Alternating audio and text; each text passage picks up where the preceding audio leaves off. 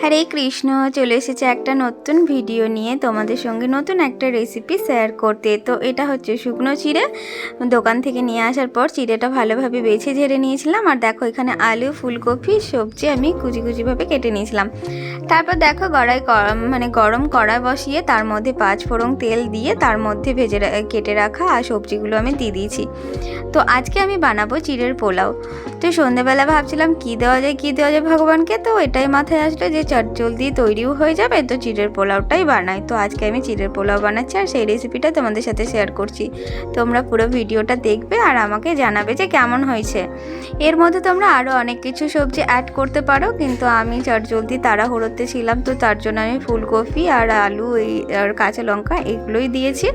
তো দেখো তার মধ্যে এখানে আমার সুন্দরভাবে ভাজা হয়ে গেছে। আর আমি স্বাদ মতো লবণটা কমই দেবে। আর এখানে হলুদ দিয়ে দিয়েছিলাম, চাইলে তোমরা দিতেও পারো না দিতেও পারো। তো তারপর সুন্দরভাবে ভেজে নেওয়ার পর দেখো আমি জল দিয়ে দিয়েছিলাম। তো জল দেওয়ার পর ভেজে নেওয়ার পর আমি এটাকে কিছুক্ষণ 5 মিনিট মতো এটাকে আমি ঢাকা দিয়ে রাখবো, যাতে করে আলু আর ফুলকপিটা সুন্দরভাবে সেদ্ধ হয়ে যায়। তো তারপর সুন্দরভাবে আমি এখানে হালকা অল্প করে জল দিয়ে দিয়েছি। তো তারপর আমি এখানে ঢেকে দিয়েছি।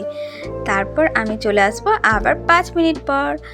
তো দেখো 5 মিনিট পর চলে এসেছি, আমার সেদ্ধ হয়ে গেছে সবজিগুলো। আর এইদিকে যে বেছে রেখেছিলাম আমি চিড়েগুলো, সেই চিড়েটা আমি 2-3 বার সুন্দরভাবে ধুয়ে নিয়ে জল ঝরিয়ে নিয়েছিলাম। তো তারপর সবজির ওপরে চিড়েটা আমি দিয়ে দিয়েছিলাম। তারপর কিছুক্ষণ এরকমভাবে নাড়তে থাকবে, নয়তো কড়ার মধ্যে তলে ধরে যায় না ঠিক মতো নাড়া হলে। তো তারপর এর মধ্যে তোমরা আরও অনেক কিছু অ্যাড করতে পারো, বাদাম, ধনেপাতা, আরও অনেক কিছু। তো আমি এত কিছু অ্যাড করিনি। তো দেখো আমি নামানোর সময় চিনি দিয়ে দিয়েছিলাম আর ওপর থেকে ঘি দিয়ে দিয়েছিলাম। তো ভগবানের জন্য ভোগ রেডি। আজকে ভগবানের ভোগ ছিল চিড়ের পোলাও আর তার সঙ্গে দুধ। তো এই দিয়ে ভগবানকে ভোগ লাগিয়ে দিয়েছিলাম রাতের বেলা। হরে কৃষ্ণ, রাধে রাধে।